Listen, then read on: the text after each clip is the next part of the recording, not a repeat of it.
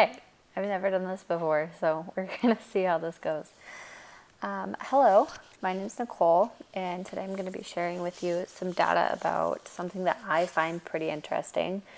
As I am going into the medical field, and something that I have a lot of experience with is stroke patients. My mom has had several strokes, so I'm pretty interested in how they affect the brain more so than the statistics surrounding them. But I thought that this would be a good assignment to look at some of the statistics that do surround strokes. So the data we're looking at right now is from the International Stroke Trials. And all that was is they went to 467 different hospitals in several different countries and did a 14-day trial after the acute onset of a stroke. There wasn't a whole lot of data on the types of patients that they had. It was just if someone had a stroke during this time period, which I believe it was done in 97, they could potentially have been, it was randomized, so they could have potentially been a part of this study. I was looking for age data and I couldn't find any. This was the closest thing to anything interesting that I could see. And what this is showing you the type of stroke or the type of acute incident that they had and the number that was associated with that. So this study was done on over 19,000 patients that had strokes in the hospital, and then as soon as they had their stroke or it was realized that they had had a stroke, they started a 14-day period of some sort of antithrombotic medication, which is just a thrombus is what causes a stroke, and antithrombotic pretty much explains itself, but it is a blood thinner essentially. So this could have been heparin or aspirin or anything of that sort. So real quick, just some terminology. I know this is probably a little bit difficult for some people or easy for others. An ischemic stroke, all that is that a blood vessel is blocked by a thrombus, and a hemorrhagic stroke is just that the blood vessel itself burst, and then or becomes damaged in some way.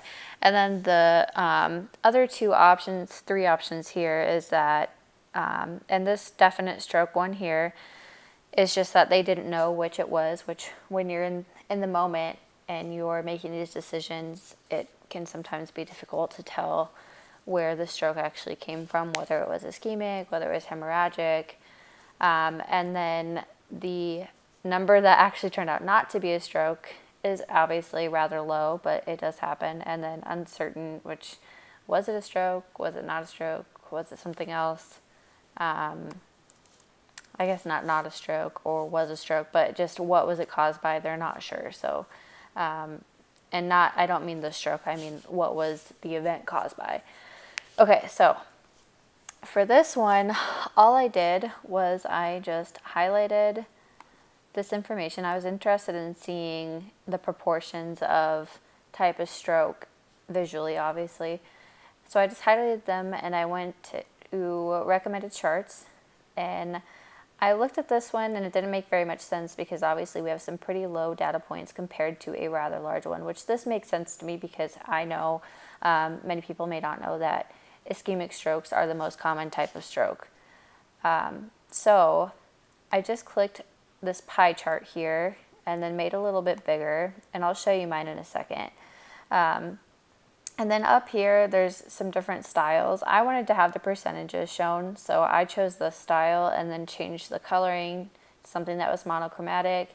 And then I moved a few things around just by clicking and dragging and changed the font size, and you can just edit the type or the title by clicking on it. And then if you go to home, it'll change. You can change the font type, the size, and over here you can add shadow and such like that.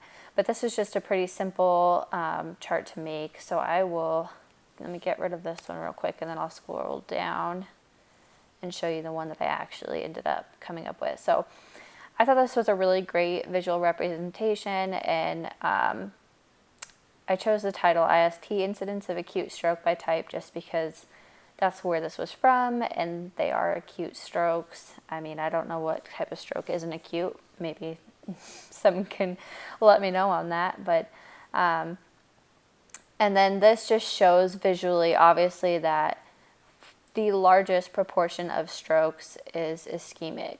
So I thought this was a really great visual demonstration that ischemic is the most common.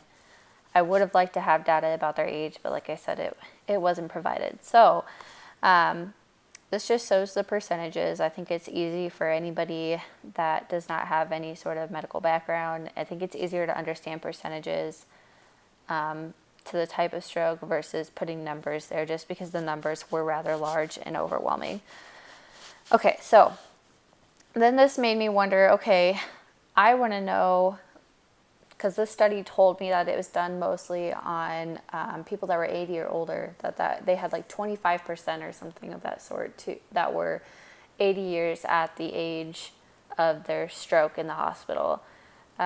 So what that made me wonder is the prevalence, which I'm already familiar with again, but I wanted to get some actual hard data for you guys, of stroke by age range. So I then went to the CDC website and was scrolling around on there. I tried to find something more recent, but this was the closest I could find, which is from 2006. And this is just showing the number of deaths for women and men, and I don't know why they broke it up between Hispanic and non-Hispanic. There's one above that breaks it down by all races. I really just wanted men and women, all races. So I went through and added up the numbers for each of these by the age range, and then I put that into my second data sheet, and this is giving you the number of deaths. Someone can correct me if I'm wrong, but it says per 100,000, and this isn't incidence, this is deaths, which just seems outrageous to me. And I think it's per 100,000 in each age group too, so just keep that in mind. But as you can see, when you get to 85, that's pretty scary. Anyways, so all I did for this one again is I just clicked this and went to insert and then recommended charts. And I wanted this to show the trend because I knew it was going to have one. I wanted it to really visually represent the trend, and for that I really wanted a histogram, which you cannot do in here, at least that I can figure out so far. So all I had to do really was click these, select the bars, and then, oh goodness, let me remember where I went real quick. You just click on the series option, which is the bars obviously, and then you can change the gap width. You can have them this close together, but I wanted a histogram again, and so this was a very nice visual representation for me. And then there was another option up here that added quick layout. You could add titles, so I just changed it to this one, and then again I'm going to delete this and just scroll down to the one that I've already created for you. So as you can see, and as you may have already, assumed, as you get older, you have a huge risk of stroke. Now, I could have put numbers on the top of these. I didn't really feel like that was necessary for what I wanted it to do. I just wanted it to show that as you age and get older, the chance of death by stroke is just ginormous.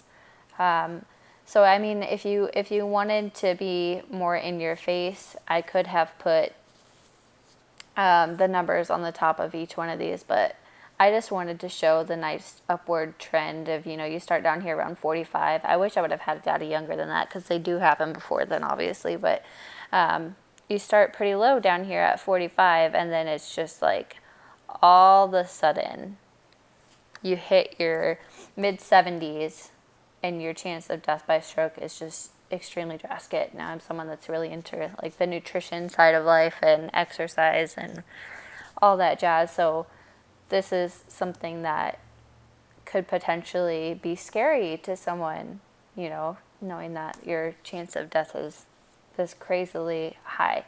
The one thing I did forget to do is I was going to add a little note down here right around here that said with an asterisk per 100,000 US population, but I forgot to do that. So yeah, these are my 2 graphs, and I think that they demonstrate what I wanted them to very well. Like, I think they're a good visual demonstration. I really, really like this one. So thank you guys for watching. Let me see if I can figure out how to turn this off.